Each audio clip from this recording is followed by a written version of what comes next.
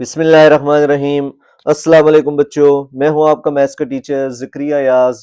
आज बच्चों हम second year mathematics unit number 7 conics section की लास्ट एक्सरसाइज 7.10 कंप्लीटली हल करेंगे, जो हमारे पास federal board national book foundation में से है।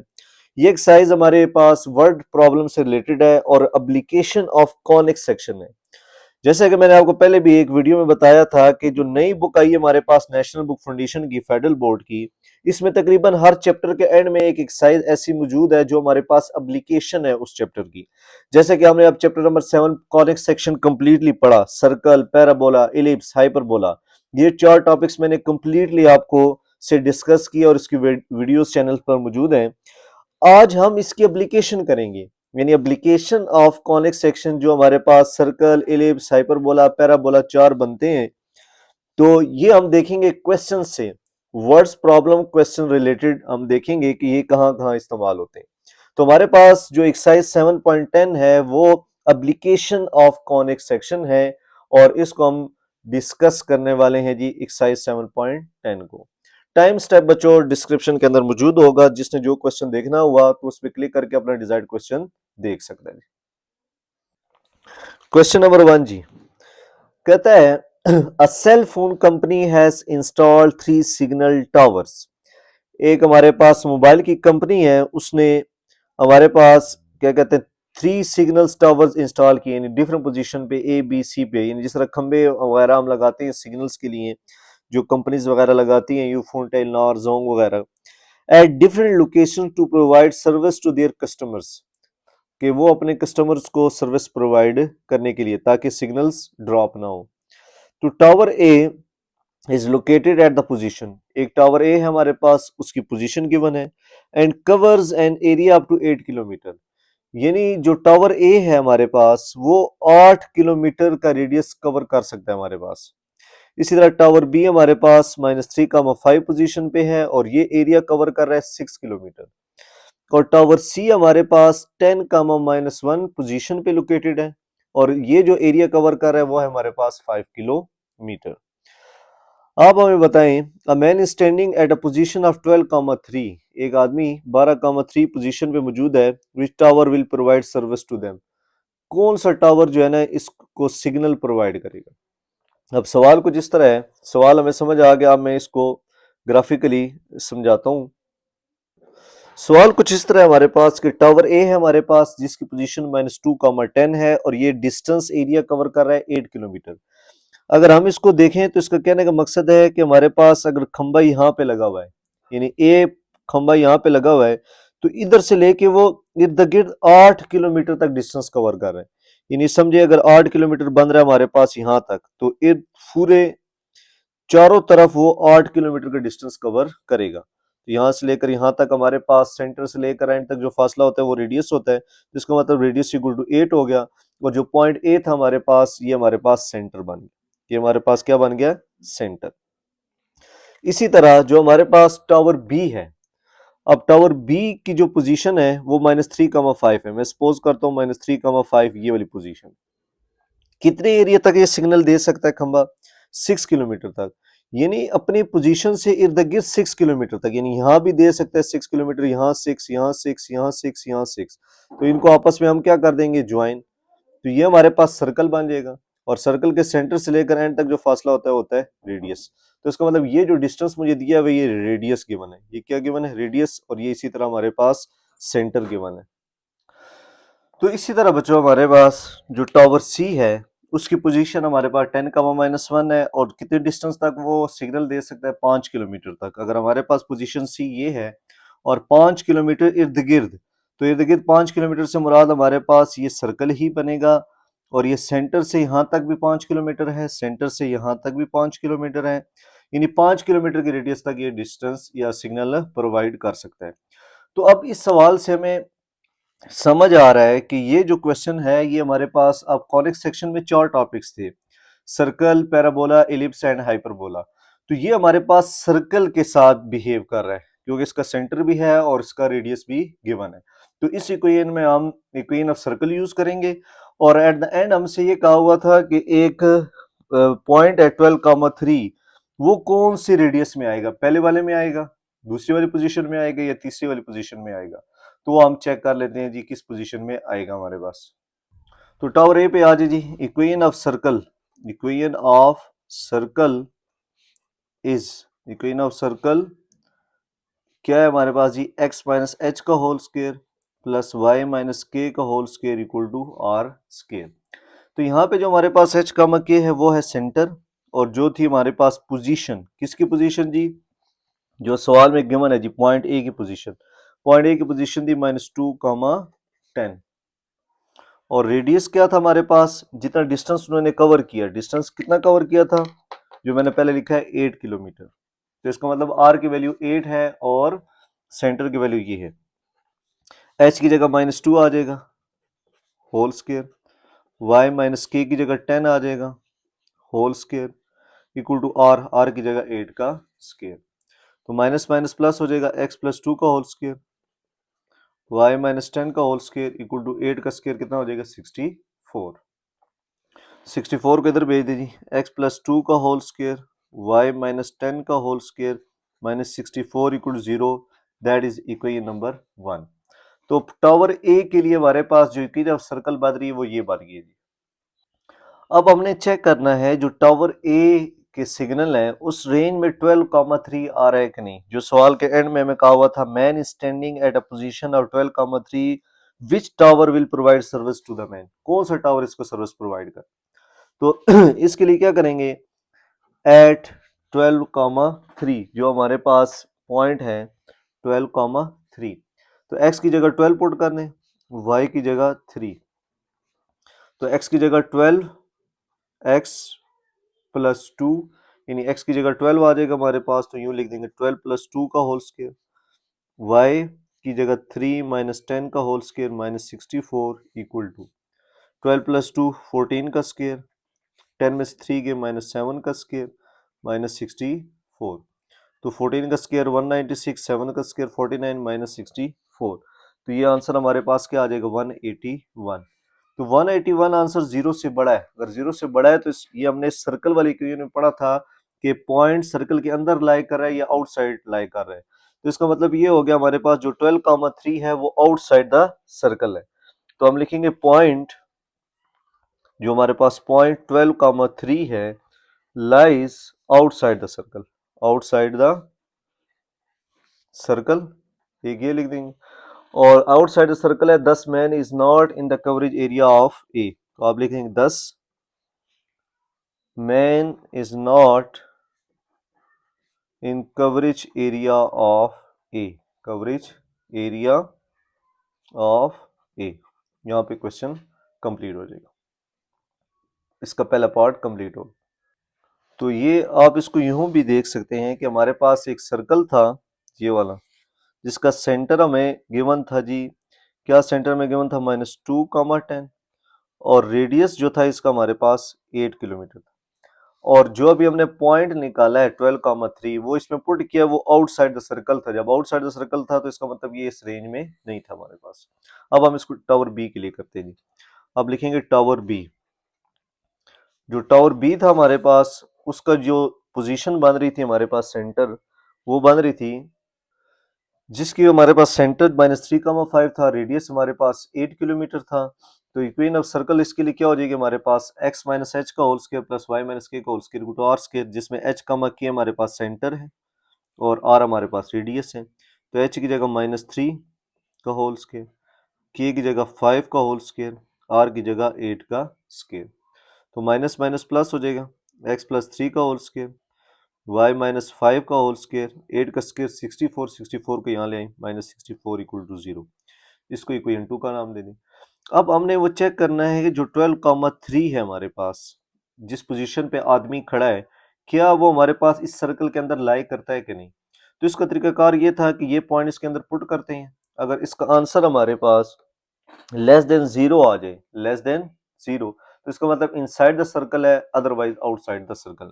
तो x की जगह पुट करें जी, पुट x इक्वल टू 12 और y की जगह 3, x की जगह 12 और y की जगह 3 पुट करते हैं, हल करते हैं, चेक करते हैं क्या आंसर आता है। ये वैल्यू पुट कर दिया, x की जगह 12, y की जगह 3, 12 प्लस 3 15 का स्क्वायर और 5 में से 3 गए -2 का स्क्वायर -64, 15 का स्क्वायर 225, 2 का स्क्वायर 4 -64, इनको ऐड करें माइनस करें तो हमारे पास आंसर आ जाएगा 193 ग्रेटर देन 0।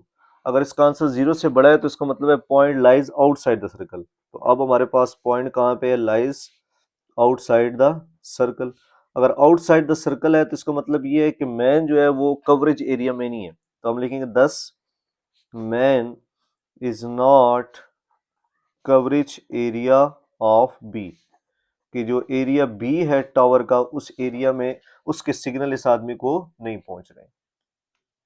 टावर सी जी, टावर सी हमारे पास जो था उसकी पोजीशन 10 का -1 थी और रेडियस इसका 5 किलोमीटर था। इक्वेटर सर्कल में ये वैल्यू हम पुट करेंगे तो h की जगह हमारे पास 10 आ जाएगा, k की जगह हमारे पास -1, तो h की जगह आप 10 पुट कर दें और k की जगह आप क्या पुट कर दें -1 और r की जगह हमारे पास 5 का स्क्वायर। तो ये हो जाएगा x - 10 का whole square minus minus plus y + 1 का होल स्क्वायर -5 का स्क्वायर 25 = 0। अब जो पॉइंट है हमारे पास 12,3 जहां पे आदमी खड़ा है कि वो कौन से टावर पे सिग्नल ले रहा है, तो वो पुट करें इसके अंदर, put x = 12 y = 3 in equation 3 में। तो x की जगह 12 - 10, y की जगह 3 + 1 का होल स्क्वायर -25 और ये 0 खत्म करके यहाँ डायरेक्ट इसको हल करके वैल्यू लिखते हैं हम। 12 में से 10 गए 2 का स्क्वायर, 3 + 1 4 का स्क्वायर -25, 2 का स्क्वायर 4, 4 का स्क्वायर 16 -25, -5 आंसर आ गया। अगर आंसर -5 लेस देन 0 आ गया है तो इसका मतलब ये हमारे पास जो पॉइंट है लाइज इनसाइड द सर्कल, जो पॉइंट है हमारे पास 12,3 ये सर्कल के अंदर लाई कर रहे हैं, लाइज इनसाइड द सर्कल। तो ये सर्कल है हमारे पास, पॉइंट इस सर्कल के अंदर लाई करता है। तो इसका मतलब ये हो गया जो आदमी था हमारे पास वो टावर सी से सिग्नल ले रहा था, तो हम लिखेंगे hence the tower C, hence the tower C is providing service to man. तो यहाँ पे क्वेश्चन कंप्लीट हो गया जिसमें हमारे पास 3 डिफरेंट पोजीशन पे खंबे लगे हुए थे और हमने ये आइडेंटिफाई करना था कि आदमी कौन से टावर से सिग्नल ले रहा है। तो उसके लिए हमें ये समझ लगी थी कि ये इक्विनोस सर्कल से मैच करता है, फिर तीनों equations circle tower A B C की लिखी, पॉइंट इसके अंदर पुट किया। अगर आंसर 0 से कम आएगा तो इनसाइड द सर्कल है, अगर 0 से बड़ा आएगा तो outside the circle. Question complete हो गया। वो क्वेश्चन नंबर 2 जी, कहता है the tyre of a car of radius 15 inches, एक गाड़ी है उसका टायर है, टायर का रेडियस हमारे पास 15 इंच है and it revolves 100,000 times in a minute, वो 1 मिनट में 1000 दफा घूमती है जो टायर है हमारे पास। What is the speed of the car, हमने स्पीड निकालनी है कार की किलोमीटर पर आवर में। तो हमें रेडियस गिवन है, रेवोल्यूशन गिवन है 1 मिनट में 1000 दफा, यानी रिवॉल्व्स करता है टायर हमारे पास। हमने इसकी स्पीड निकालनी है किलोमीटर पर आवर में, ये हमारे पास क्वेश्चन है। तो सेकंड क्वेश्चन में हमारे पास रेडियस गिवन है, रेडियस इक्वल टू हमारे पास हो गया जी 15 इंचेस। रेडियस कितना है हमें गिवन है जी 15 इंचेस। और क्या कहते हैं ये जो टायर है हमारे पास बेसिकली ये in the form of circle है और सर्कल का जो रेडियस हमें गिवन है वो है r = 15 इंच।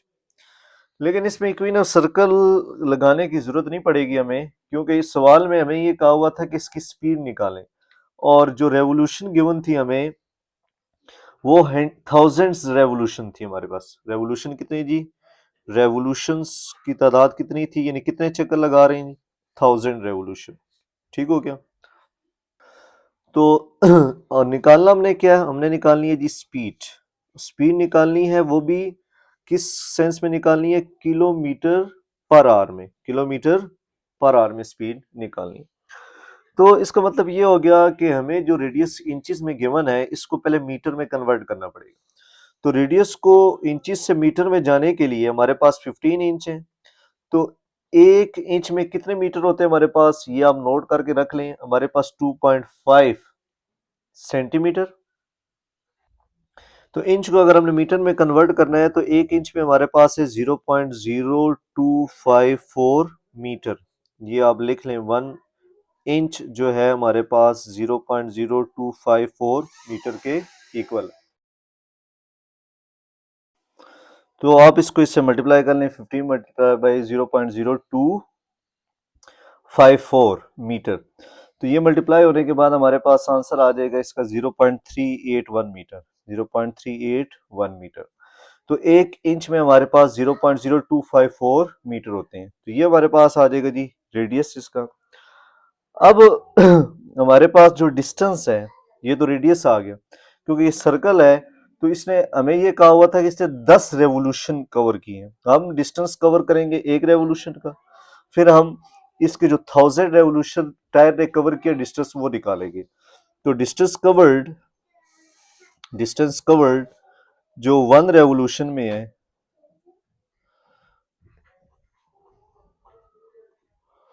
वो सरकमफ्रेंस के इक्वल है। वो हमारे पास किसके इक्वल होता है जी?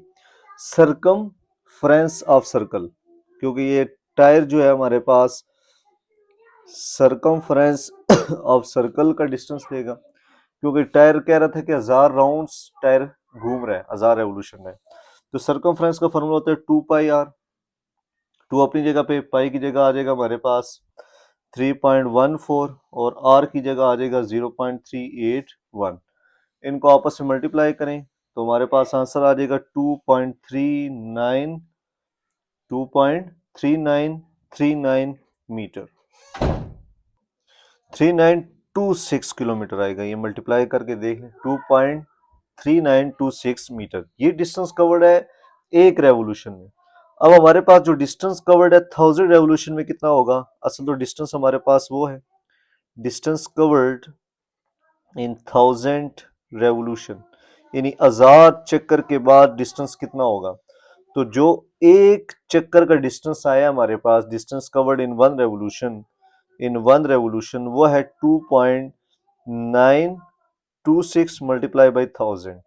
इसको मल्टीप्लाई कर लें, जब मल्टीप्लाई करेंगे तो हमारे पास इसका आंसर आ जाएगा 2392.6 मीटर। तो ये 1000 चक्कर के बाद हमारे पास इतना डिस्टेंस बनेगा 2392.6 मीटर। अब हमने निकालना तो स्पीड था। अब स्पीड क्या है हमारे पास? Distance divided by time. तो डिस्टेंस 1000 चक्कर के बाद कितना आया था हमारे पास? वो था हमारे पास जी 2392.6। और टाइम कितना था जी? 1 मिनट का तस्करा किया हुआ था सवाल में, इन अ मिनट। तो मिनट में हमारे पास कितने सेकंड होते हैं जी? 60 सेकंड। तो ये ऊपर हो गया हमारे पास मीटर, नीचे हो गया हमारे पास सेकंड। तो इन दोनों को डिवाइड कर लेते हैं जी। तो ये हमारे पास स्पीड आ गई जी 39.87 मीटर पर सेकंड। लेकिन सवाल में भी ये कहा हुआ था स्पीड ऑफ कार निकाले kilometre per hour, for kilometre per hour. तो किलोमीटर पर आवर के लिए आप क्या करेंगे?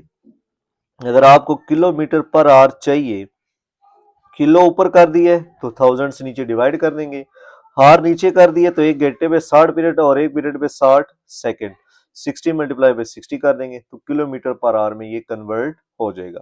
ये हमने किस तरह कन्वर्ट किया? किलोमीटर पर आवर में किलो ऊपर आ गया, 1000 नीचे आ जाएगा, हार नीचे आ गया तो 1 घंटे में 60 मिनट और 1 मिनट में 60 सेकंड, 60 मल्टीप्लाई बाई 60 कर देंगे।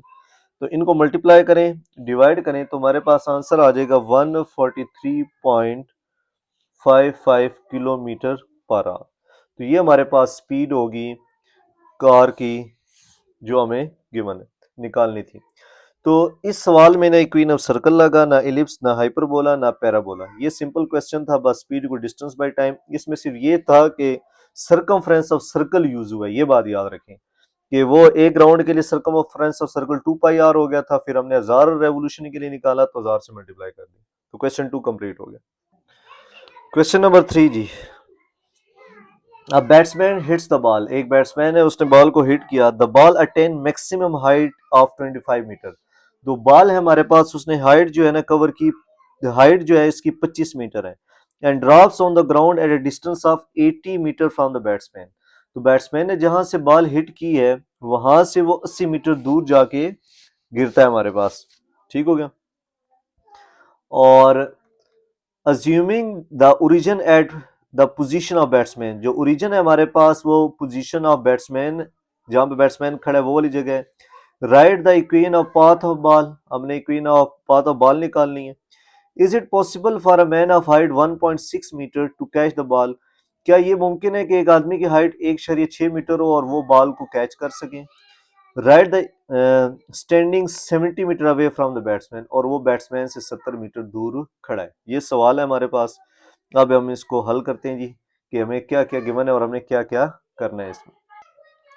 अब सवाल कुछ इस तरह था हमारे पास, कहता है कि एक बैट्समैन खड़ा है जी, मैं कहता हूँ ये बैट्समैन खड़ा है मेरे पास, बैट्समैन, और कहता है जो बैट्समैन खड़ा है वो ओरिजिन की जगह पे ही है, उसको मैं किसका नाम दे देता हूँ जी, ओरिजिन 0 0। यहां से वो बॉल हिट करता है, जब बॉल हिट करेगा तो बॉल हमारे पास पता है कि इस डिस्टेंस में जाएगा, पैराबोलिक पाथ की तरह जाएगा। और जो बॉल की मैक्सिमम हाइट है हमारे पास, वो कहता है हमारे पास 25 मीटर है, यानी बॉल मैक्सिमम हाइट इसकी कितनी है हमारे पास, 25 मीटर, यानी 25 मीटर की बुलंदी तक बॉल गई है, उसके बाद दोबारा बॉल नीचे आना स्टार्ट हो। और बॉल से लेकर जहां हिट किया बैट्समैन ने यहां से हिट किया, 25 मीटर बुलंदी पे बॉल गई, और जहां जाके ग्राउंड में कट किया है वहां तक इसका डिस्टेंस है हमारे पास 80 मीटर। कितना है, यहां से लेकर यहां तक, यहां से लेकर यहां तक, ये डिस्टेंस हमें कितना दिया हुआ जी, 80 मीटर। यानी अभी तक हमें ये समझ आया कि बैट्समैन है जिसका ओरिजिन हमारे पास 0 0 है, यहां से बैट्समैन बॉल हिट करता है, बॉल यहां तक मैक्सिमम मैक्सिमम बॉल हमारे पास यहां तक जाती है जिसकी बुलंदी 25 मीटर है, इसके बाद ग्राउंड पे गिरता है जिसकी डिस्टेंस ग्राउंड से जहां बॉल गिरा है हमारे पास, दोबारा यहां पे बॉल आके फॉल हुई है, ठीक है, इस जगह पे। तो यहां से यहां तक का डिस्टेंस हमारे पास 80 मीटर है। अब हमने करना क्या क्या है, निकालना हमने है कि equation of path of ball निकालनी है। एक तो equation of path of ball, कि बॉल जिस रास्ते से गुजरी है उसकी इक्वेशन क्या है, एक। दूसरा, एक और बात हमें ये कह रहा है कि आदमी 70 मीटर के डिस्टेंस पे खड़ा है। अब देखिए बॉल गिरी है 80 मीटर पे, आदमी जो है ना 70 डिस्टेंस ऑलमोस्ट, यानी ये अगर 80 है हमारे पास यहाँ तक, तो यहाँ हमारे पास एक आदमी खड़ा है, एम कह लें आदमी को, और यहाँ से लेकर यहाँ तक जो डिस्टेंस है हमारे पास, यहाँ से यहाँ तक ये है हमारे पास 70 मीटर, यानी इस ओरिजिन से लेके इस मैन तक जो डिस्टेंस है ये है मेरे पास 70 मीटर। दोबारा मैं बता रहा हूँ, आदमी का डिस्टेंस बैट्समैन से कितना है जी, 70 मीटर। और ये कह रहा है कि ये जो आदमी है, क्या ये बॉल कैच कर सकता है, जो ये पीछे जाके जो गिरेगी, क्या ये आदमी ये बॉल कैच कर लेगा कि नहीं, ये भी हमने बताना है। मैन जो है ना, कैच द बॉल और नॉट, आदमी कैच कर लेगा कि नहीं, ये हमने बताना है। तो अभी हम इसके मुताबिक डाटा लिख लेते हैं कि हमारे पास डाटा क्या क्या गिवन है जी। तो ये मैंने आपकी समझ के लिए यहाँ दोबारा लिख दिया जी, बैट्समैन की पोजीशन 0 0 पे है, बॉल डिस्टेंस फ्रॉम बैट्समैन हमारे पास 80 मीटर है, हालांकि लिख दें फिर भी ठीक, ना लिखे कोई मसला नहीं। मैन हाइट 1.6 मीटर है, आदमी की हाइट 1.6 मीटर है, और बताएं ये कैच कर पाएगा कि नहीं। और मैन डिस्टेंस फ्रॉम बैट्समैन जो है 70 मीटर। अब हमें नजर आ रहा है कि ये पैराबोलिक शक्ल इसकी बन रही है, क्योंकि प्रोजेक्टाइल में भी हम ऐसे ही देखते हैं, बॉल हिट की है हमने, तो ये भी हमारे पास पैराबोलिक पाथ बन रहा है। अब मसला ये है कि हमारे पास वर्टेक्स क्या होगा। अब वर्टेक्स का जो वाई कंपोनेंट है वो हमें गिवन है हाइट 25 मीटर, लेकिन हमारे पास एक्स मिसिंग है। अगर यहाँ से लेके यहाँ तक ये 80 मीटर है, और ये इसकी सेंटर है जहाँ पे ये मैक्सिमम हाइट हमें दे रहा है, तो इसका मतलब ये हो गया कि 40 मीटर हमारे पास यहाँ से यहाँ तक होगा, और 40 मीटर यहाँ से एंड तक यहाँ तक होगा। यानी मैंने इसको हाफ कर लिया, यानी यहाँ से 40 बैकग्राउंड हो गया, 40 हमारे पास आगे हो गया। तो इसका मतलब ये होगा जो वर्टेक्स मेरे पास बन जाएगा, एक्स की वैल्यू 40 होगी और वाई की वैल्यू कितनी होगी, 25। तो वर्टेक्स 40 25 हो गया मेरे पास। और क्या कहते हैं, अब रह गया जी पैराबोला सेलेक्ट करना है। ये हमारे पास पैराबोला की कौन सी किस्म है जी, तो आप पैराबोला वाले केसेस को रिवाइज कर लें। ये हमारे पास ये वाली फॉर्म बन रही है, जो ये वाली फॉर्म होती है हमारे पास पैराबोला की, इसको कहते हैं एक्स माइनस एच का whole square minus 4 into y minus k. तो ये हमारे पास फॉर्म बनती है इसकी, एक्स माइनस एच का whole square minus 4 into y minus k. तो नीचे हम पहले लिख देते हैं वर्टेक्स है हमारे पास 40, 25 जो भी ऊपर मैंने हाफ करके लिखा। Let equation of parabola is, तो ये हमारे पास एप्लीकेशन होगी पैराबोला की। कौन सी फॉर्म है? x माइनस एच का whole square minus 4 × y minus k. Vertex कितने गिवन है हमें? 40, 25। इसका मतलब है हमारे पास जो h की वैल्यू है वो 40 है और k की वैल्यू है 25। तो पुट करें, h की जगह 40 आ जाएगा, यानी ये हमारे पास h है, ये हमारे पास k है। -4 × y माइनस के की जगह क्या आ जाएगा? 25। इसको हम नाम दे देते हैं जी इक्वेशन 1 का। ठीक हो गया। अब इसके बाद थोड़ा सा दोबारा अगर हम आए, जो बॉल हमारे पास 80 मीटर का डिस्टेंस कवर किया है इसने यहाँ पे, इसका मतलब x जो है हमारे पास डिस्टेंस 80 है, यानी मैं यहाँ यूं लिख सकता हूँ a x की जगह 80 और y जो है मेरे पास 0 है क्योंकि ये x एक्सिस पे है, तो y की जगह क्या आ जाएगा? 0।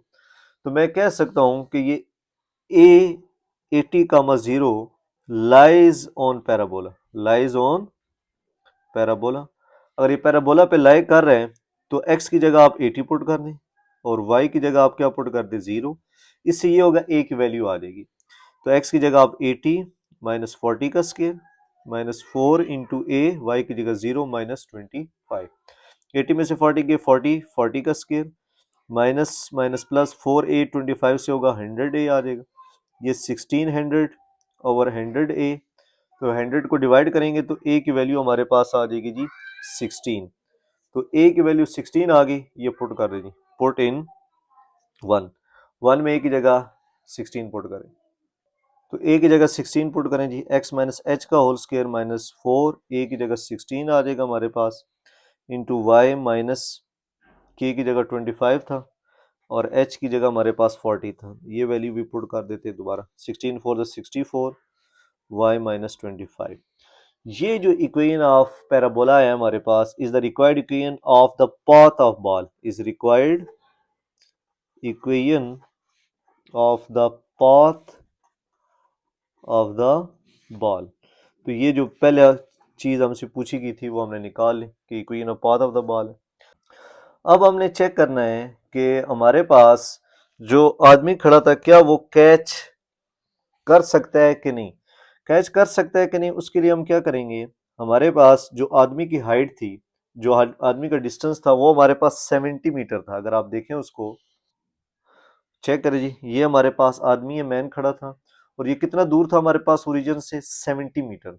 तो एक्स की जगह हम क्या पुट कर देंगे? 70 और वाई का आंसर हम निकाल लेंगे। तो हम क्या करेंगे, put x equal to 70 metre in equation 2। तो हम हमें अंदाजा हो जाएगा y का आंसर क्या आता है। x की जगह 70 माइनस 40 का square minus 64 into y minus 25। तो 70 में से 40 जाएगा हमारे पास 30 का square minus 64 into y minus 25। 30 का स्केयर हमारे पास 900, इसको अगर मल्टीप्लाई करें तो हमारे पास माइनस 64y और माइनस माइनस प्लस 64 को 25 से करेंगे तो 1600 आ जाएगी। तो इसका मतलब ये हो गया, इसको इस साइड में भेज दें, 900 को उस साइड में भेज दें। 64y इक्वल टू 1600 माइनस 900, तो 64y इक्वल टू हमारे पास 700 आ जाएगा। y की वैल्यू आ गई 700 ओवर 64, तो इसको डिवाइड करेंगे तो 10.93 मीटर आ जाएगा। तो इसका मतलब ये हो गया हमारे पास ये कैच उस वक्त हो सकता है जब आपके हमारे पास उस आदमी की हाइट 10.93 मीटर हो, लेकिन उसकी हाइट तो हमारे पास 1.6 मीटर है, तो इसका मतलब ये कैच नहीं कर सकता। तो ये आप लिख दें, so man height 1.6 metre can not catch them, कि वो इसको कैच नहीं कर सकते। क्वेश्चन नंबर 4 जी, कहते हैं playing team coaches. Playing team है हमारे पास, कोचेस यूज पैराबोलिक शेप। अब इसने यहाँ पे ही बता दिया कि हमारे पास जो क्वेश्चन है वो पैराबोला का है। Antennas to listen the conversation between the players in the ground, यानी एक क्रिकेट क्या कहते हैं, एक खेल हो रहा है हमारे पास। कोचेस जो है ना पैराबोलिक शेप के एंटीनास उन्होंने फिट किए हुए हैं ताकि वो जो प्लेयर्स खेल रहे हैं ग्राउंड में उनके और इनके दरमियान कन्वर्सेशन चल सके, यानी कोई मालूमात या कोई बात बतानी है उसने कोच ने प्लेयर्स को तो बता सके। If the antenna has the cross section of 18 inches, अब एंटीना का जो क्रॉस सेक्शन है हमारे पास वो 18 इंच है, एंड डेप्थ ऑफ 4 इंचेस, और इसकी जो गहराई है वो हमारे पास 4 इंचेस है। Where the microphone should be place to hear the conversation, कहते हैं माइक्रोफोन को हम कहाँ इस पैराबोलिक पाथ में रखें कि हमारे पास वो कन्वर्सेशन सुन सके। तो ये तो क्वेश्चन था, अब हम इसको अप्लाई करते हैं कि किस तरह हमारे पास की फिगर बनेगी और क्या हमें कह रहे हो। अब ये जो हमारे पास सवाल है पैराबोलिक वाला, पैराबोलिक शेप वाला, प्लेइंग टीम वाला, अब इसमें इतना हमें समझ आ रहा है कि पैराबोला हमारे पास बन रहा है, ठीक है। बाकी उसने हाइट भी उसकी बता दी है और डेप्थ भी बता दी है। अब हम पे है कि हम पैराबोला की कौन सी शेप लें। तो ये हमने डिसाइड करना है कि पैराबोला हमने कौन सा लेना है, क्योंकि यहाँ पे ऐसी कोई कंडीशन नहीं लगी हुई हमारे पास। तो ये मैंने एक्स एक्सिस करा दी, ये मैंने वाई एक्सिस लिख दिया। अब जो मैं पैराबोला बनाने लगा हूँ वो मैं स्टैंडर्ड पैराबोला लेने लगा हूँ। ये मैंने कहा मैं ये पैराबोला लूंगा जो स्टैंडर्ड पैराबोला है हमारे पास, y square equal to 4ax का। लेकिन इसके लिहाज से उसने वैल्यू दी हुई है हमें, वैल्यूज क्या दी हुई है, उसने ये कहा हुआ है हमें कि इसकी जो हाइट है वो हमारे पास 18 मीटर है, यानी ये जो है इसकी ये जो बुलंदी है पैराबोला के दोनों पार्ट्स के दरमियान वो है 18 मीटर। कितने हमारे पास 18 इंच, सॉरी मीटर कह रहा हूँ, 18 इंच। और इसकी जो डेप्थ है हमारे पास वो हमारे पास 4 इंच है, यानी ये हमारे पास 4 इंच है यहां से लेकर यहां तक, यानी डेप्थ 4 इंच है, हाइट इसकी 18 इंच है। तो इसका मतलब ये हो गया अगर मेरे पास ये सेंटर है तो हाफ ऊपर हो जाएगा 9 और हाफ ये नीचे हो जाएगा, यानी एक पॉइंट उसका ये हो जाएगा, एक पॉइंट मेरे पास ये हो जाएगा। यानी हमारे पास इस जगह से लेकर जो हमारे पास है पॉइंट यहां तक 9 मीटर है और नीचे भी हमारे पास 9 मीटर है, टोटल हमारे पास हो जाएगा 18। लेकिन अब आपने यहाँ वर्टिसेस कैसे लिखनी थी, अब हम क्या लिखेंगे, ये मेरे पास 9 है तो मैं इसको पॉइंट ए 4,9, एक्स मेरे पास देखना एक्स एक्सिस पे 4 इंच डेप्थ थी, एक्स 4 हो गया, वाई इक्वल टू 9, इसको मैं बी का नाम दे देता हूँ। एक्स की जगह 4, वाई की जगह -9, क्योंकि ये डाउनवर्ड आ रहा है, एक्सिस की वजह से हमने जस्ट -9 लिखा है, नहीं वरना यहां से लेकर यहां तक डिस्टेंस हमारे पास 18 इंच ही है, यहां से लेकर यहां तक, यहां से लेकर यहां तक ये 18 इंच है, यहां से ऊपर भी 9 नीचे भी 9। तो हमने वर्टिसेस भी लिख ली 4,9, 4,-9, डेप्थ हमारे पास 4 इंच है, चौड़ाई यानी इसकी क्या लें, ये हमने पैराबोला खुद ली है क्योंकि स्टैंडर्ड पैराबोला जो है हमारे पास पहली किस्म ही बनती है, क्वेश्चन में ऐसी कोई हिंट नहीं थी हमारे पास। तो यहां हम लिख देंगे late equation of parabola is, equation of parabola is क्या है, Y square equal to 4ax, क्योंकि जो सेंटर है हमारे पास वर्टेक्स वो 0 0 है। अब ये मैंने लिख दिया आपकी समझ के लिए, since cross section of antenna 18 inch था, यानी एंटीने की हाइट जो कह लें वो क्रॉस सेक्शन वो 18 इंच है और डेप्थ इसकी 4 इंच थी हमारे पास। सो कोऑर्डिनेट्स ऑफ द पॉइंट क्या हो जाएंगे जो मैंने ऊपर लिखे हैं, 4,9 और दूसरा हमारे पास 4,-9, माइनस सिर्फ नेगेटिव एक्सिस की वजह से नीचे आया हुआ है क्योंकि नीचे वाले एक्सिस हमारे पास नेगेटिव होती है, ठीक हो गया। उसके बाद आपने क्या करना है जी, अब आप नोट करें, इसको इक्वेशन 1 का नाम दे दें। आप कहें कि इसमें से कोई भी पॉइंट, सिंस जो हमारे पास पॉइंट है ए 4,9 lies on parabola, lies on, अगर ये पैराबोला पे लाइज कर रहा है तो यहाँ x की जगह 4 और y की जगह 9 पुट कर दें, यहाँ से हमारे पास a की वैल्यू आ जाएगी, x की जगह 4 y की जगह 9 पुट कर दें इक्वेशन 1 में, इक्वेशन 1 में पुट करेंगे तो a आ जाएगा। तो Y square equal to 4ax था तो y की जगह आपने 9 पुट किया, 9 का स्क्वायर, 4a, x की जगह हम क्या पुट कर देंगे,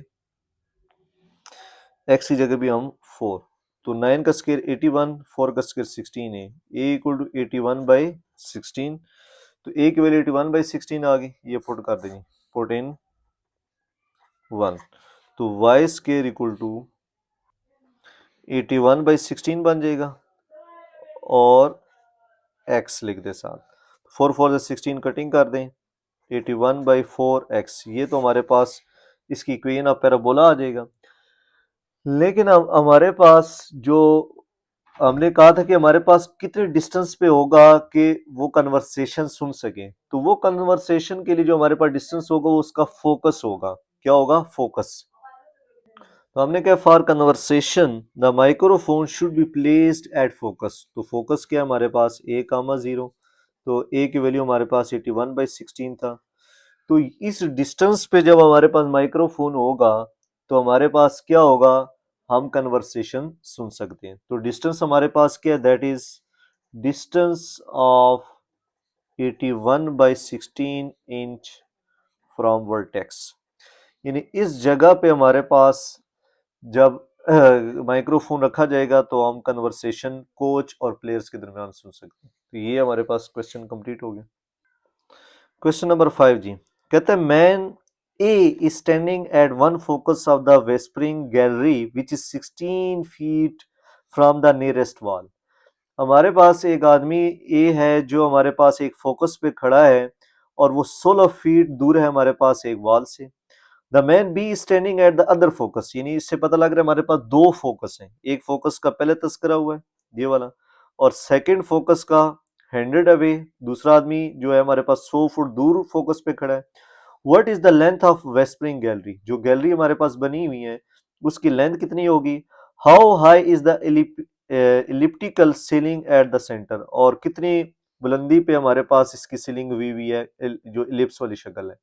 तो अब इस सवाल में तो हमें यहाँ से क्लियर नजर आ रहा है कि दो फोकस हैं। दो फोकस तो हाइपरबोला के भी होते हैं, इलिप्स के भी होते हैं, लेकिन यहाँ पे इलिप्टिकल सीलिंग से हमें पता लग रहा है कि ये इलिप्स की शक्ल होगी। तो इलिप्स वाले फॉर्मूले को हमने यूटिलाइज करना है और जो जो हमें कहा हुआ है वो हम निकालते हैं। दोबारा सवाल लिखते हो।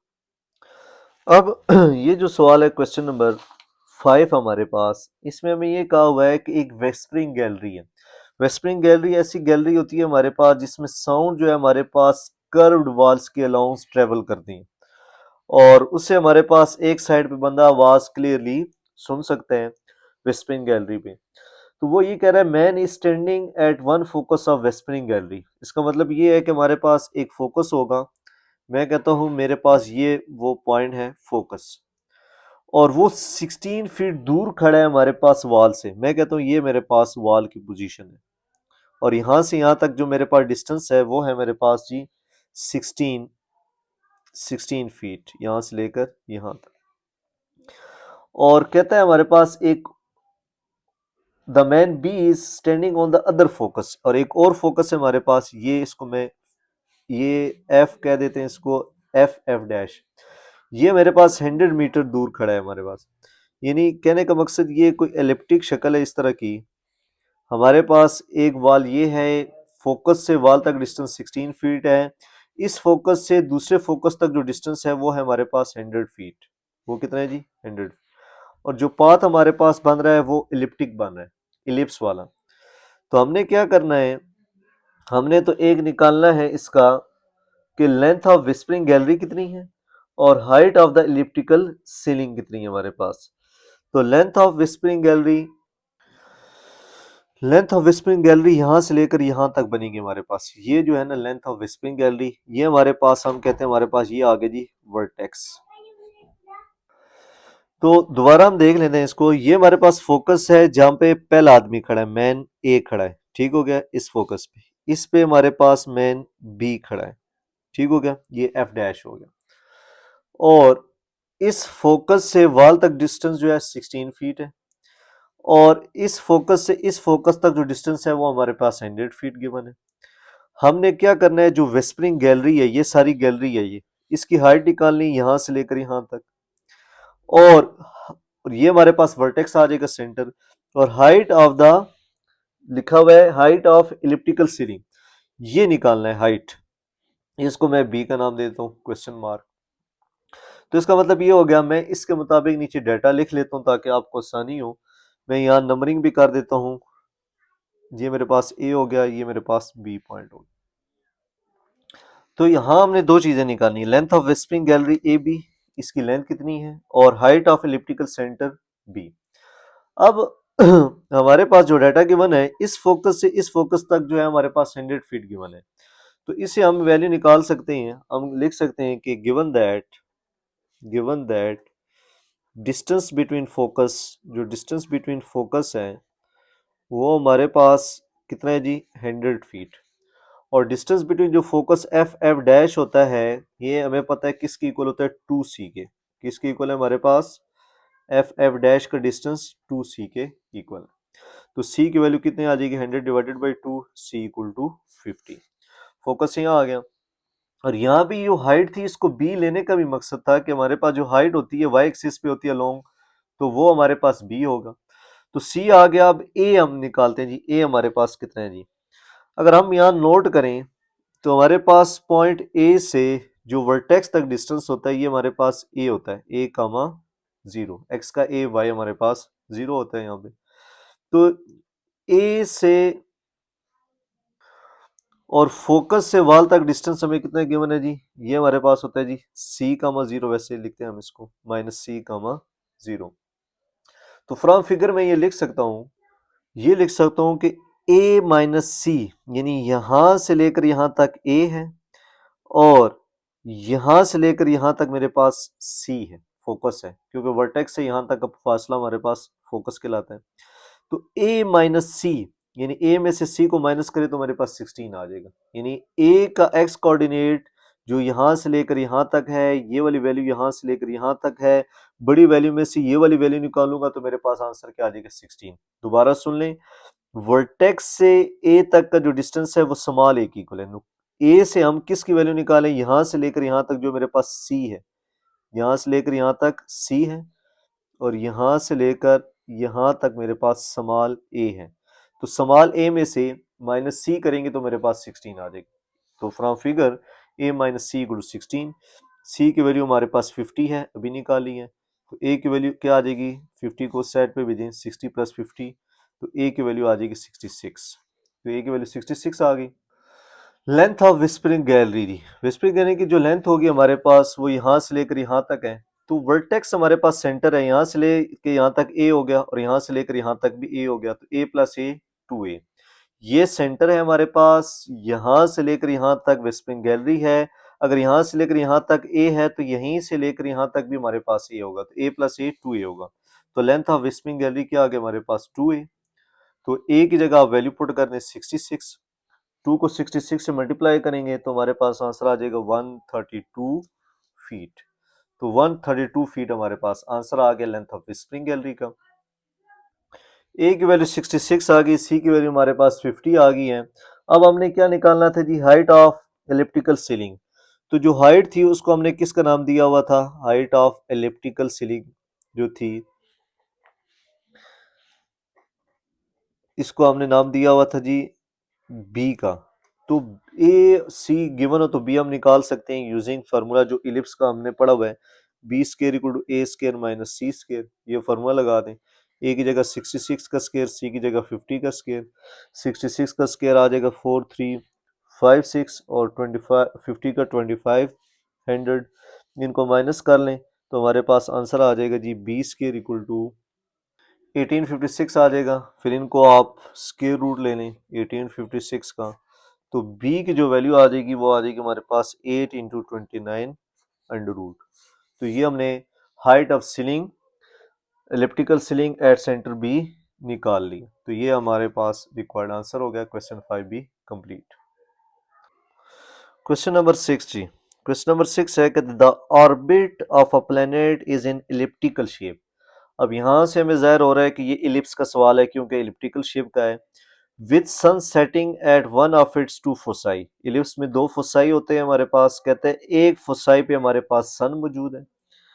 और आगे क्या कहता है जी, the eccentricity of ellipse is, eccentricity given है, and minimum distance of planet from the sun is 105 million miles. कहते हैं प्लेनेट से जो सन तक मिनिमम डिस्टेंस है वो 105 मिलियन माइल्स है। What is the maximum distance of the planet from the sun, maximum distance निकालें प्लेनेट का सन से। तो ये सवाल अभी हम करते हैं जी। क्वेश्चन नंबर 6 के मुताबिक हमारे पास एक इलिप्स की शक्ल है। कौन सी शक्ल है हमारे पास, इलिप्स की। सबसे पहले हम इलिप्स बना लेते हैं। इलिप्स हमारे पास किस तरह बनेगा, ये हमारे पास एक्स एक्सिस हो गया, ये वाई एक्सिस। अब यहाँ पे हमने स्टैंडर्ड इलिप्स लेना है। कौन सा स्टैंडर्ड इलिप्स जो होता है हमारे पास, पहले वाला इलिप्स है। ये मेरे पास पॉइंट ए हो गया जी, ये समझिए प्लेनेट ए हो गया मेरे पास, प्लेनेट ए। ये वाला हो गया जी मेरे पास प्लेनेट बी, ठीक हो गया। इससे हमारे पास इलिप्स की शक्ल यूं बन रही है जी, ये मेरे पास इलिप्स की शक्ल बन गई। अब इसके दो फोकस होंगे, एक फोकस F1 है, एक फोकस मेरे पास F2 है। जो फोकस 1 है, दोनों में से किसी एक फोकस पे कहते हैं आप सन ले लें। क्या ले लें? सन। ये मैंने सन ले लिया जी, इसको मैंने फोकस 1 पे क्या ले लिया? सन। ये मेरे पास इलिप्स है, इलिप्स में एक प्लेनेट ए मेरे पास इस जगह पे है, प्लेनेट बी मेरे पास इस जगह पे है। किसी एक फोकस पे आप सन ले लें, मैंने F1 पे सन ले लिया और कहते हैं जो सन से प्लेनेट ए तक मिनिमम डिस्टेंस है वो है हमारे पास 105। तो यहां से लेकर प्लेनेट ए से सन तक डिस्टेंस कितना हो गया? 105। और हमने निकालना क्या है? सन से लेकर, जो हमारे पास सन गिवन है, यहां से लेकर F1 से लेकर सन से लेकर प्लेनेट बी तक डिस्टेंस निकालना है, यानी यहां तक F1 से लेकर बी तक। ये हमारा सवाल है। सवाल की नो ये समझ लें कि इलिप्स है, इलिप्स में हमारे पास एक प्लेनेट ए इस साइड पे होगा, प्लेनेट बी इस साइड पे होगा। इलिप्स हमने पहली टाइप ली, केस 1 वाली स्टैंडर्ड। सन आप किसी एक फोकस पे ले लें, मैंने F1 फोकस पे सन ले लिया। जो मिनिमम डिस्टेंस सन से फोकस तक है वो 105 है। हमने डिस्टेंस सन से प्लेनेट बी तक निकालना है, यानी F1b निकालना है। और ये हमारे पास इसका आ गया जी सेंटर। इसको मैं क्या नाम दे देता हूँ जी? सेंटर 0 0। ये हमारे पास आ जाएगा इसका सेंटर। तो मैंने फिर लिखा let sun at focus F1। Sun हमारे पास फोकस F1 पे है। Given that minimum distance between planet and sun 105। तो मिनिमम डिस्टेंस प्लेनेट ए और सन के दरमियान 105, AF1 equal to 105। To find क्या करना है जी? Maximum distance between planet B and sun. Planet B और सन के दरमियान जो डिस्टेंस है F1b निकालना है। अब जिस तरह हमने पिछला सवाल किया है उसी तरह अगर आप थोड़ा सा इसको देखें फ्रॉम फिगर, अब अगर लिखें फ्रॉम फिगर, हमारे पास जो यहां से यहां तक डिस्टेंस है वो C है। थोड़ा सा अगर आप देखें हमारे पास यहां से लेकर यहां तक जो डिस्टेंस है ये हमारे पास A है। ये मैं ब्लैक पेन से लिख लूं, ये A है। और फोकस से हमारे पास यहां तक जो डिस्टेंस है, फोकस से यहां तक सेंटर तक, ये C है। तो बड़ी वैल्यू A में से -C करेंगे तो आंसर क्या आ जाएगा? 105। ये एग्जैक्टली इसी तरह हमने पिछले सवाल में भी किया। A जो बड़ी वैल्यू है इसमें से C माइनस करेंगे तो 105 आ जाएगा, क्योंकि हमारे पास यहां तक जो डिस्टेंस होता है वो A के इक्वल होता है, सेंटर से A तक। तो ये A minus C equal to 105, ये मैंने ब्लैक पेन से लिख दिया। From figure A minus C equal to 105। अब हमारे पास जो C है, C हमारे पास AE की इक्वल है। E equal to C by A होता है। तो C की वैल्यू क्या आ जाएगी? AE। तो यहां से हम A कॉमन ले लेंगे, 1 माइनस E इक्वल टू 105। और इस सवाल में हमें एसेंट्रिसिटी भी गिवन थी, हमने लिखी नहीं। इस सवाल के अंदर हमें एसेंट्रिसिटी भी गिवन थी और एसेंट्रिसिटी की जो वैल्यू थी हमारे पास सवाल के अंदर वो 0.085 थी। 0.085 ये लिख दिया। इसीलिए तो हमने सी की जगह ए ई पुट किया ताकि हम एसेंट्रिसिटी की वैल्यू पुट कर सके। तो 1 माइनस 0.085 105, इनको माइनस कर लें, 0.915 इक्वल टू 105 आ जाएगा। ये मल्टीप्लाई हो रहा है, नीचे आकर डिवाइड कर दें, इनको डिवाइड कर लें। तो ए का आंसर जो आ जाएगा हमारे पास वो आ जाएगा 114.75। तो ए का आंसर आ गया जी 114.75। ये हमारे पास ए का आंसर आ गया जी। अब ए का आंसर आ गया हमारे पास, तो ए की वैल्यू तो हमारे पास 114.75 आ गई। अब हम निकालते हैं जी maximum distance from the planet to the sun. तो maximum distance of planet B from sun किसके इक्वल था? F1p के। तो F1p हमारे पास किसके इक्वल है जी? F1p को अगर हम डिवाइड करें दो हिस्सों में, F1 F2 प्लस F2b इसके इक्वल है। मैं यहाँ छोटी सी डायग्राम दोबारा बना देता हूँ आपके लिए कि ये मेरे पास इस तरह की इलिप्स थी, यहाँ मेरे पास सन था और ये पॉइंट ए था, ये पॉइंट बी था, F1 था, ये मेरे पास F2 था। तो F1 से B तक हमने डिस्टेंस निकालना है, F1 से B तक। तो F1 से B तक क्या F1 F2 के इक्वल है, F1 F2 प्लस F2 से B तक, ये आ गया। अब जो दोनों फोकस हैं उनके दरमियान जो डिस्टेंस होता है डिस्टेंस बिटवीन फोसाई वो 2c के इक्वल होता है। F1 F2 के दरमियान डिस्टेंस 2c और F2 से B तक का डिस्टेंस और F1 से A तक का डिस्टेंस ये आपस में इक्वल है। तो मैं लिख सकता हूँ F2 से B तक, क्योंकि फोकस से जो वर्टेक्स तक डिस्टेंस होता है, यानी इस फोकस से इस प्लेनेट तक और इस फोकस से इस प्लेनेट तक, ये दोनों आपस में सेम है और ये हमें पता है 105 है, इसलिए F2B की जगह मैं F1A रिप्लेस कर दूंगा, ये लिख देंगे। उसके बाद आपके पास जो C होगा उसी तरह क्या आ जाएगा हमारे पास AE की इक्वल। C की जगह मैं क्या लिख दूंगा AE, F1A तो 105 की इक्वल है। अब यहाँ लिख दे रीजन C इक्वल टू AE। अब A की जगह वैल्यू पुट करें जी, A की वैल्यू हमने क्या निकाली भी ऊपर 1114.75 मल्टीप्लाई बाई E की वैल्यू सेंट्रिसिटी क्या 0.085 प्लस 105। तो यहाँ पे ये चीजें आपने याद रखनी है कि जो हमारे पास F1 F2 है ये foci distance between foci 2c के इक्वल होता है, ये मैंने इलिप्स के स्टार्ट में आपको बताया था इंट्रोडक्शन में। और C की जगह AE लिख देंगे, A की वैल्यू भी हमने निकाली हुई है, E हमें गिवन है, बस इनको मल्टीप्लाई करके हम ऐड कर देते हैं। 2 को इससे मल्टीप्लाई करें 1114.75 से फिर 0.085 से, तो हमारे पास आंसर आ जाएगा 19.5075 प्लस 105। इनको ऐड करें 124.5075 मिलियन माइल्स डिस्टेंस आ जाएगा। तो दूसरा जो हमारे पास प्लेनेट बी है वो जो सन है हमारे पास उससे 124.507 माइल मिलियन माइल्स दूर मौजूद है, तो ये F1B आ जाएगा। तो यहाँ पे बच्चों हमारे पास क्वेश्चन नंबर 6 भी कंप्लीट होगा। क्वेश्चन नंबर 7 जी कहता है the control towers are located at points Q and R। Control tower हमारे पास लोकेट कर रहे हैं Q पॉइंट पे, R पॉइंट पे on a straight shore where the x axis run through, कि एक्स एक्सिस पे हमारे पास Q और R पॉइंट्स लाई कर रही हैं। एट द सेम मोमेंट कहता है इसी time boat toward send a radio signals to a ship out at sea. जो हमारे पास समंदर है या दरिया है उस पे दो पॉइंट्स लोकेट कर रहे हैं जो कंट्रोल टावर है हमारे पास एक्स एक्सिस पे, एक शिप हमारे पास आउटसाइड द सी है और दोनों उसको सिग्नल सेंड करते हैं, दोनों उनको सिग्नल सेंड करते हैं और जो हमारे पास each travelling at 300 metre per microsecond इस स्पीड के साथ हमारे पास वो सिग्नल जाता है। The ship receive the signal from Q, कहते हैं जो शिप है हमारे पास signal Q 3 microsecond earlier than the message from R, यानी आर से जो शिप है हमारे पास क्यू जल्दी मैसेज भेजता है कितना 3 माइक्रोसेकंड, किसकी निस्बत आर की निस्बत, जो शिप आर है हमारे पास। Find the equation of hyperbola, अब यहां से हमें क्लियर हो गया कि हमने हाइपरबोला बनाना है containing the possible location of the ship. तो हमने हाइपरबोला की इक्वेशन निकालनी है जिससे हमें पॉसिबल लोकेशन ऑफ शिप का अंदाजा हो सके। तो ये हम डायग्राम से डिस्कस करते हैं इसको। ये हमने एक्सिस ड्रॉ कर दिया, एक्स एक्सिस वाई एक्सिस।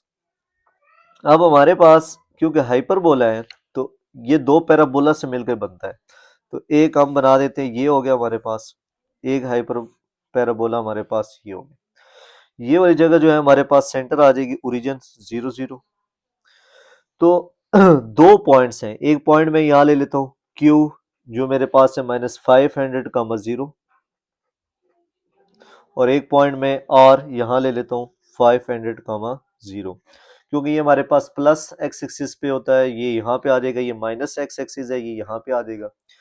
और ये एक्स एक्सिस हमारे पास टावर्स हैं, ये हमारे पास टावर Q है और ये हमारे पास टावर R है और एक शिप आउटसाइड हमारे पास कहीं मौजूद है, ये हमारे पास शिप की पोजीशन है जी, शिप, और इसको मैं x, y जर्नल कर देता हूँ, ठीक हो गया। अब ये शिप, इस शिप को ये टावर भी सिग्नल भेज रहे हैं, इस शिप को ये टावर भी सिग्नल भेज रहे हैं हमारे पास, यानी ये जो है इसको आप ब्लैक पेन से कर दें तो ये हमारे पास ये टावर भी इस शिप को सिग्नल भेज रहे हैं, ये टावर भी शिप को सिग्नल भेज रहे हैं। तो पहले कौन हमारे पास सिग्नल इसकी तरफ भेज रहे जी, ये क्यू 3 माइक्रोमीटर लिखा हुआ था कि 3 माइक्रोसेकंड अर्लियर भेजता है हमारे पास। तो इसके लिए हम क्या करते हैं जी, हम कहते हैं जी let the ship be at position S, let ship be the position S. Position जो शिप की हमारे पास वो आ गई जी एक्स कामा वाई, ये पोजीशन आ गई। और by definition of hyperbola, by definition of hyperbola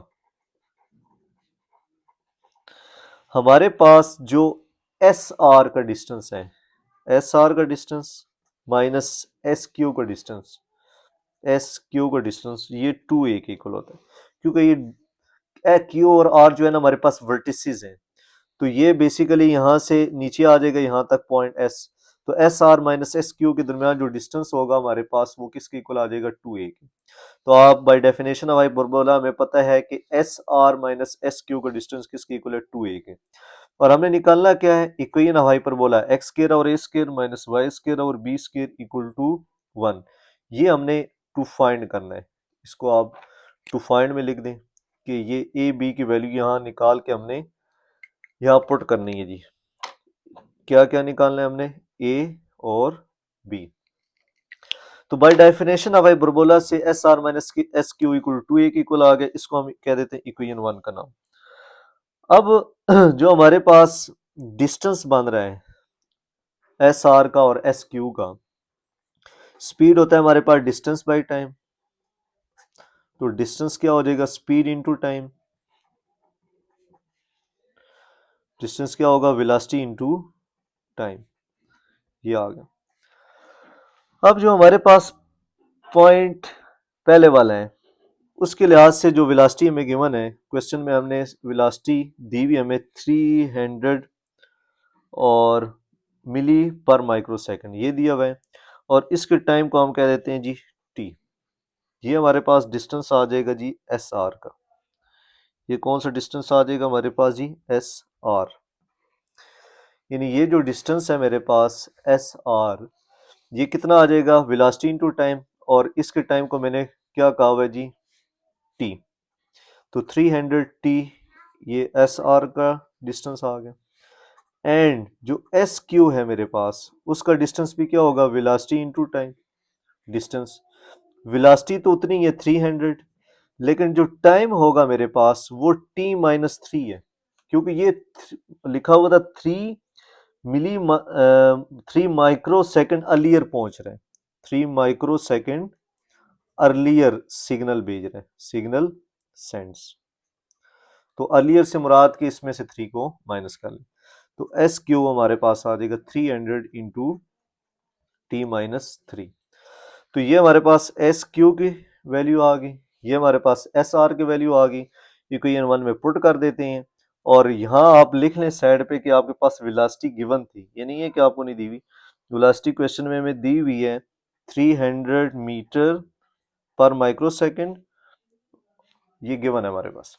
तो बहरहाल ये मैंने डिस्टेंस ऑफ एस आर निकाल लिया, डिस्टेंस ऑफ एस क्यू निकाल लिया, और यहाँ टी माइनस 3 किस तरह हुआ, क्यों 3 माइक्रो सेकेंड अर्लियर सिग्नल भेज रहा था क्यू वाला शिप को, तो शिप से क्यू तक का डिस्टेंस ये आएगा, शिप से आर तक का डिस्टेंस हमारे पास ये आएगा, ये यहाँ पुट कर देंगे हम, और यहाँ से हम ए की वैल्यू निकालेंगे। तो एस आर की जगह अपनी वैल्यू पुट करें जी, एस आर की जगह आ जाएगा 300 टी, और एस क्यू की जगह 300 t minus 3 equal to 2a, तो ये आ जाएगा 300 t minus minus plus 900 equal to 2a, तो ये 300 टी कट जाएगा, 900 इक्वल टू 2a आ जाएगा, a equal to 900 divided by 2, a equal to 450, a की वैल्यू 450 आ गई हमारे पास। नो, अब a आ गया हमारे पास, अब हमें q और r गिवन है, q माइनस 500 जीरो, r जो है मेरे पास 500 जीरो, ये Q और R जो है मेरे पास फोकस है, Q और R मेरे पास बेसिकली फोकस है, आप हाइपरबोला को देख सकते हैं। तो मैं Q और R के दरमियान अगर डिस्टेंस फार्मूला लगाऊं x2 माइनस x1 का whole square plus y2 minus y1 का होल स्क्वायर रूट, तो 500 इंटू माइनस माइनस प्लस 500 का स्क्वायर, 0 माइनस 0 का स्क्वायर, तो ये आ जाएगा हमारे पास 5 प्लस 5000